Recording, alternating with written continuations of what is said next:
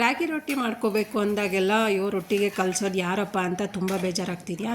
ಆದರೆ ಸಿಂಪಲ್ ರಾಗಿ ರೊಟ್ಟಿ ಆಗಲಿ ಅಕ್ಕಿ ರೊಟ್ಟಿ ಆಗಲಿ ನಾನು ಇವತ್ತಿನ ವಿಡಿಯೋದಲ್ಲಿ ತೋರಿಸ್ಕೊಡ್ತಿರೋ ಅಂಥ ವಿಧಾನದಲ್ಲಿ ಟ್ರೈ ಮಾಡಿದ್ರೆ ತುಂಬಾ ಈಸಿಯಾಗಿ ರಾಗಿ ರೊಟ್ಟಿ ಅಥವಾ ಅಕ್ಕಿ ರೊಟ್ಟಿನ ಮಾಡ್ಕೊಂಬಿಡ್ಬೋದು. ಬನ್ನಿ ತಡ ಮಾಡ್ದಿರೋ ವಿಡಿಯೋ ಸ್ಟಾರ್ಟ್ ಮಾಡೋಣ. ಸ್ಟವ್ ಮೇಲೆ ನೀರಿಟ್ಟು 1 ಸ್ಪೂನಷ್ಟು ಸ್ವಲ್ಪ ರಾಗಿ ಹಿಟ್ಟನ್ನ ಉದುರಿಸ್ಕೊತಾ ಇದ್ದೀನಿ. ಈಗ ರಾಗಿ ಹಿಟ್ಟು ಹಾಕಿದ್ಮೇಲೆ ಇದು ಸ್ವಲ್ಪ ಉಕ್ಕ ತನಕ ಬಿಡಬೇಕಾಗುತ್ತೆ. ಉಕ್ಕು ಬರ್ತಾಯಿದೆ. ಈಗ ಉಕ್ಕು ಬರೋ ಟೈಮಲ್ಲಿ ಕಟ್ ಮಾಡ್ಕೊಂಡಿರೋಂಥ ಹಸಿರು ಮೆಣಸಿನ್ಕಾಯಿ ಹಾಕ್ಕೊತಾ ಇದ್ದೀನಿ. ಹಾಗೆ ಕಟ್ ಮಾಡ್ಕೊಂಡಿರೋಂಥ ಈರುಳ್ಳಿ ಮತ್ತು ಕರಿಬೇವಿನ ಸೊಪ್ಪು, ಇದು ಚಿಕ್ಕದಾಗಿ ಕಟ್ ಮಾಡ್ಕೊಂಡಿದ್ದೀನಿ. ತುರಿದಿಟ್ಕೊಂಡಿರೋಂಥ ಕೊಬ್ಬರಿ ತುರಿ, ಒಣ ಕೊಬ್ಬರಿ ತುರಿ.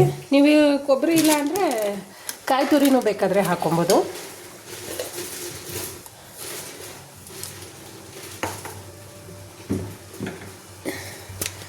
ಚಿಲ್ಲಿ ಪೌಡರು ಖಾರಕ್ಕೆ ತಕ್ಕಂಗೆ. ಹಸಿರು ಮೆಣಸಿನ್ಕಾಯಿನೂ ಹಾಕಿರೋದ್ರಿಂದ ಚಿಲ್ಲಿ ಪೌಡರ್ ನೋಡಿ ಹಾಕ್ಕೊಳ್ಳಿ.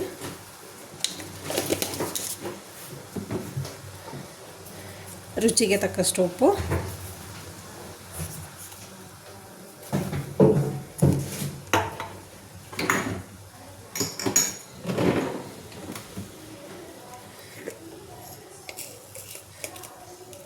ಜೀರಿಗೆ 1 ಸ್ಪೂನು,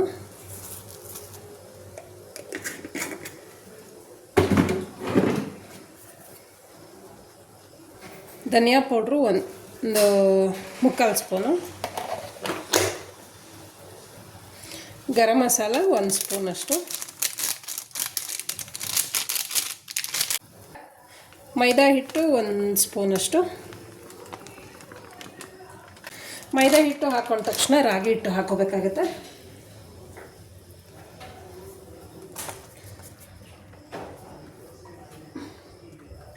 ರೊಟ್ಟಿ ಹಿಟ್ಟು ಕಲ್ಸಕ್ಕೆ ಬರೋಷ್ಟು ಮಾತ್ರ ಹದ ನೋಡ್ಕೊಂಡು ಹಾಕ್ಕೊಳ್ಳಿ ರಾಗಿ ಹಿಟ್ಟನ್ನು. ತುಂಬ ತೆಳ್ಳಗೂ ಬೇಡ, ನಮಗೆ ತಟ್ಲಿಕ್ಕೆ ಬರೋಷ್ಟು ಹಾಕ್ಕೊಂಡ್ರೆ ಸಾಕು. ಈಗ ಸ್ವಲ್ಪ ಹೊತ್ತು ಬೇಯಕ್ಕೆ ಬಿಡೋಣ. 5 ನಿಮಿಷ ಆಗಿದೆ ಕುದಿಯೋಕ್ಕೆ ಸ್ಟಾರ್ಟ್ ಆಗಿ. ಇವಾಗ ಚೆನ್ನಾಗಿ ತಿರುಗಿಸ್ಕೊಬೇಕಾಗುತ್ತೆ. ಗಂಟು ಬರದೇ ಇರೋ ಥರ ತಿರುಗಿಸ್ಕೊಳ್ಳಿ. ತಿರುಗಿಸ್ಕೊಳ್ಳುವಾಗ ನಿಮಗೇನಾದರೂ ತೆಳ್ಳಗಾಯಿತು ಅನಿಸಿದ್ರೆ ಇನ್ನೊಂದು ಸ್ವಲ್ಪ ರಾಗಿ ಹಿಟ್ಟು ಹಾಕ್ಕೊಂಡು ಮಿಕ್ಸ್ ಮಾಡ್ಕೊಳ್ಳಿ.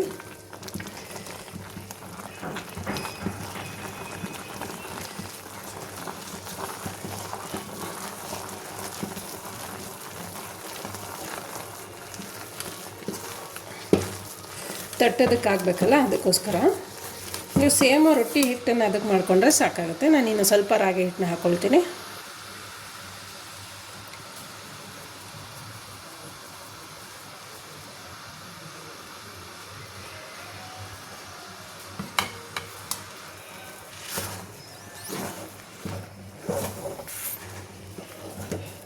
ಇವಾಗ ನೀಟಾಗಿ ಒಂದು ಸಲ ನೀವು ಮಿಕ್ಸ್ ಮಾಡ್ಕೊಂಬಿಟ್ರೆ, ತಿರುಗಿಸ್ಕೊಂಬಿಟ್ರೆ ಹಿಟ್ಟು ನೀಟಾಗಿ ಹದವಾಗಿ ಬರುತ್ತೆ. ಚೆನ್ನಾಗಿ ತಿರುಗಿಸ್ಕೊತಾ ಬನ್ನಿ, ತಳ ಹಿಡಿಯೋದಕ್ಕೆ ಬಿಡಬೇಡಿ. ಹಾಗೆ ಸೇಮ್ ನೀವು ರಾಗಿ ಹಿಟ್ಟು ಮುದ್ದೆ ಮಾಡ್ಕೊಳ್ಳುವಾಗ ಯಾವ ರೀತಿ ಹೊಂದಿಸ್ಕೊತೀರ ಆ ಥರ ಹೊಂದಿಸ್ಕೊಳ್ಳಿ. ಅಂದರೆ ಈಗ ನಾನು ತೋರಿಸ್ಕೊಡ್ತೀನಿ ನೋಡಿ. ಈ ಥರ ಮಾಡ್ಕೊತಾ ಬಂದರೆ ಅಕಸ್ಮಾತ್ ಏನಾದರೂ ಗಂಟು ಏನಾದರೂ ಒಂದಿದ್ರೆ ಎಲ್ಲ ಒಡ್ಕೊಳ್ಳುತ್ತೆ. ಈ ಥರ ನೀಟಾಗಿ ಮಾಡ್ಕೊಳ್ಳಿ. ನಿಮಗೆ ಸ್ಟವ್ ಮೇಲೆ ಆಗಲಿಲ್ಲ ಅಂದರೆ ಈ ಕಡೆ ಪಕ್ಕದಲ್ಲಿ ಇಟ್ಕೊಂಡು ಒಂದು ಸೈಡಲ್ಲಿ ನೀಟಾಗಿ ಆ ಥರ ಮಾಡ್ಕೊಬೋದು. ಒಂದು ಪ್ಲೇಟಿಂದ ಸ್ವಲ್ಪ ಹೊತ್ತು ಮುಚ್ಚಿಡೋಣ, ಹಿಟ್ಟು ನೀಟಾಗಿ ಹೊಂದ್ಕೊಳ್ಳುತ್ತೆ.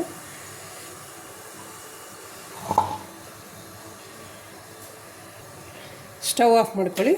ಸ್ಟವ್ ಆಫ್ ಮಾಡ್ಕೊಂಡ್ಮೇಲೆ ಈ ಕೋಲು ಇರುತ್ತಲ್ಲ, ಮುದ್ದೆ ಕೋಲು ತೆಗೆದುಬಿಟ್ಟು ಒಂದು 5 ನಿಮಿಷ ಹಾಗೆ ಬಿಟ್ಟು ಆಮೇಲೆ ಆರಕ್ಕೆ ಬಿಡಿ.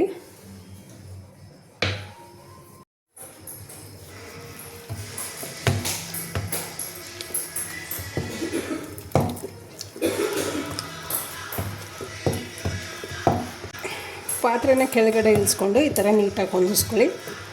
ನೋಡಿ, ಒಂದು ಸ್ವಲ್ಪನೂ ಗಂಟಿಲ್ಲ. ಈಗ ಸ್ವಲ್ಪನೇ ಹಿಟ್ಟನ್ನ ತೊಗೊಂಡು ತಟ್ಕೋಬೇಕಾಗತ್ತೆ.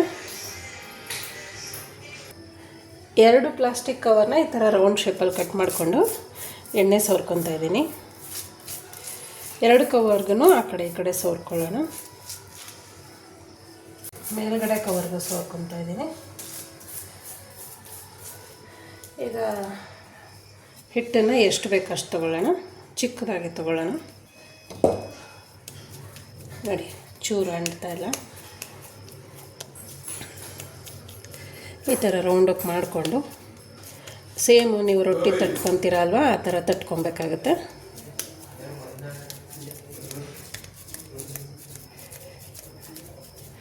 ನೋಡಿ ಕರೆಕ್ಟಾಗಿ ಬಂತು, ತುಂಬ ನೈಸ್ಗಿದೆ.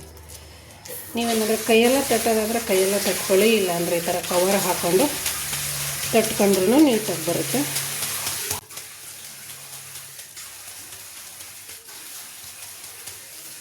ನಾನು ತೋರಿಸ್ತಿದ್ದೀನಲ್ವ, ಆ ರೀತಿ ತಟ್ಕೊಳ್ತಾ ಬಂದರೆ ಸಾಕು.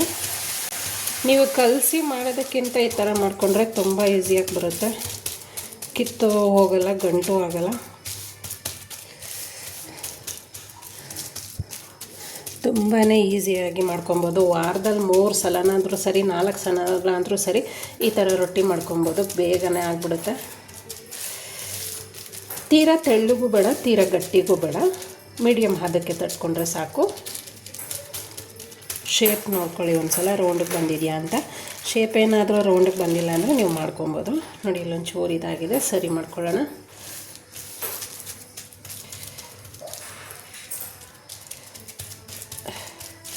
ತುಂಬಾ ಬೇಗ ಆಗಿಬಿಡುತ್ತೆ. ರೊಟ್ಟಿ ಮಾಡೋಕ್ಕೆ ಬರದೇ ಇರೋರು ನಾವು ಈ ಥರ ಮಾಡಿಕೊಂಡ್ರೆ ಕುಕ್ಕರಲ್ಲಿ ಅಥವಾ ನೀವು ಪಾತ್ರೆಯಲ್ಲೇ ಮಾಡಿಕೊಂಡ್ರೆ ಈ ಥರ ಕವರ್ ಹಾಕ್ಕೊಂಡು ತಟ್ಕೊಂಡ್ರೆ ಬೇಗನೆ ತಟ್ಬಿಡ್ಬೋದು. ರೆಡಿ ಆಯ್ತು. ಇವಾಗ ತವ ಕಾದಿದೆಯಾ ನೋಡೋಣ. ಕರೆಕ್ಟಾಗಿ ಬಂದಿದೆ. ಈಗ ತವದ ಮೇಲೆ ಹಾಕೋಣ. ತವನೂ ಕಾದಿದೆ. ತವಾಗೆ ಸ್ವಲ್ಪ ಎಣ್ಣೆನ ಸವರ್ಕೊಂಡಿದ್ದೀನಿ. ನೋಡಿ ಈ ಥರ ನೀಟಾಗಿ ಹಾಕ್ಕೊಂಬಿಟ್ಟು ಉರಿನ ಜಾಸ್ತಿ ಮಾಡೋಣ. ಉರಿನ ಜಾಸ್ತಿ ಮಾಡಿ ಸ್ವಲ್ಪ ಈ ಕಡೆ ಬೆಂದ ಮೇಲೆ ಆ ಕಡೆ ಈ ಕಡೆ ಬೇಯಿಸ್ಕೊತಾ ಬರಬೇಕು. ಸ್ವಲ್ಪ ಹೊತ್ತು ಹಾಗೆ ಬೇಯಕ್ಕೆ ಬಿಡಬೇಕು. ಉಲ್ಟಾ ಬೆಂದಿದೆಯಾ ನೋಡೋಣ. ಇವಾಗ ಸ್ವಲ್ಪ ಬೆಂದಿದೆ ಅನಿಸುತ್ತೆ. ಈಗ ಉಲ್ಟಾ ಹಾಕ್ಕೊಳ್ಳೋಣ. ಉಲ್ಟಾ ಹಾಕ್ಕೊಂಡು ಒಂದು ಸ್ವಲ್ಪ ಹೊತ್ತು ಬೇಯಕ್ಕೆ ಬಿಡಬೇಕು. ಮತ್ತೆ ಉಲ್ಟಾ ಹಾಕೊತ ಬೇಯಿಸ್ಕೊತಾ ಬನ್ನಿ. ವಾವ್, ಎಷ್ಟು ಸ್ಮೂತಾಗಿ ಬಂದಿದೆ ಅಂದರೆ ರೊಟ್ಟಿ ನಿಜಕ್ಕೂ ತುಂಬಾ ಸ್ಮೂತಾಗಿ ಬಂದಿದೆ. ನೀವು ಒಂದು ಸಲ ಟ್ರೈ ಮಾಡಿ, ರೆಸಿಪಿ ಹೇಗೆ ಬಂತು ಅಂತ ಟ್ರೈ ಮಾಡಿದ್ಮೇಲೆ ಹೇಳಿ, ಕಮೆಂಟ್ಸ್ ಹಾಕಿ.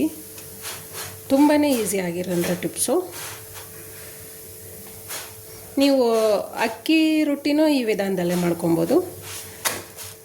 ನೋಡಿ ತುಂಬ ಸ್ಮೂತಾಗಿ ಬಂದಿದೆ ರೊಟ್ಟಿ, ಅಷ್ಟೇ ಹೆಲ್ದಿ ಕೂಡ.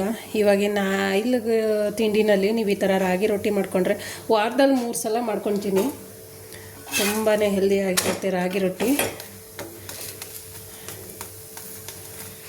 ಈ ಥರ ಬೇಯಿಸ್ಕೊತಾ ಬನ್ನಿ. ಫೈನಲಿ ರಾಗಿ ರೊಟ್ಟಿ ಅಂತೂ ರೆಡಿ ಆಯಿತು. ನಾನು ಇದಕ್ಕೆ ಕಾಯಿ ಚಟ್ನಿ ಮಾಡ್ಕೊಂಡಿದ್ದೀನಿ. ನೀವು ಉಪ್ಸಾರಿಗೆ ಮಾಡ್ಕೊತೀರ ಅಲ್ವಾ, ಊರುಗಳ ಕಡೆ ಹೇಳತ್ರ ಉಪ್ಪೆಸರು ಖಾರ ಅಂತ, ಅದರಲ್ಲೂ ತಿನ್ಬೋದು. ಅಂದರೆ ಹಸಿರು ಮೆಣ್ಸಿನ್ಕಾಯಿ ಖಾರ, ಇಲ್ಲಾಂದರೆ ಒಣಮೆಣ್ಸಿನ್ಕಾಯಿ ಖಾರ, ಯಾವುದ್ರಲ್ಲಾದ್ರೂ ಈ ರೊಟ್ಟಿ ತಿನ್ಬೋದು. ಚಟ್ನಿ ಪುಡಿ ಅಂತೂ ಇನ್ನೂ ಚೆನ್ನಾಗಿರುತ್ತೆ. ಅದರಲ್ಲೂ ತುಂಬ ರಾಗಿ ರೊಟ್ಟಿಗಂತೂ ಚಟ್ನಿ ಪುಡಿ ತುಂಬಾ ಹೇಳಿ ಮಾಡಿಸಿರೋ ಅಂಥ ಕಾಂಬಿನೇಷನು. ಫ್ರೆಂಡ್ಸ್ ನೋಡಿ, ಫೈನಲಿ ರಾಗಿ ರೊಟ್ಟಿ ರೆಡಿ ಆಯಿತು. ಎಷ್ಟು ಸಿಂಪಲ್ ಆಗಿರೋ ವಿಧಾನದಲ್ಲಿ ಸೂಪರ್ ಆಗಿರೋಂಥ ರೆಸಿಪಿ. ಈ ವಿಡಿಯೋ ನಿಮ್ಗೆ ಇಷ್ಟ ಆಗಿದರೆ ತಪ್ಪದೆ ಲೈಕ್ ಮಾಡಿ, ಶೇರ್ ಮಾಡಿ, ಸಬ್ಸ್ಕ್ರೈಬ್ ಮಾಡಿ. ಹಾಗೆ ನಿಮ್ಮ ಫ್ಯಾಮಿಲಿ ಮೆಂಬರ್ಸ್ಗೆ, ಸ್ನೇಹಿತರಿಗೆ ಈ ವಿಡಿಯೋನ ತಪ್ಪದೆ ಶೇರ್ ಮಾಡ್ತೀರಲ್ಲ.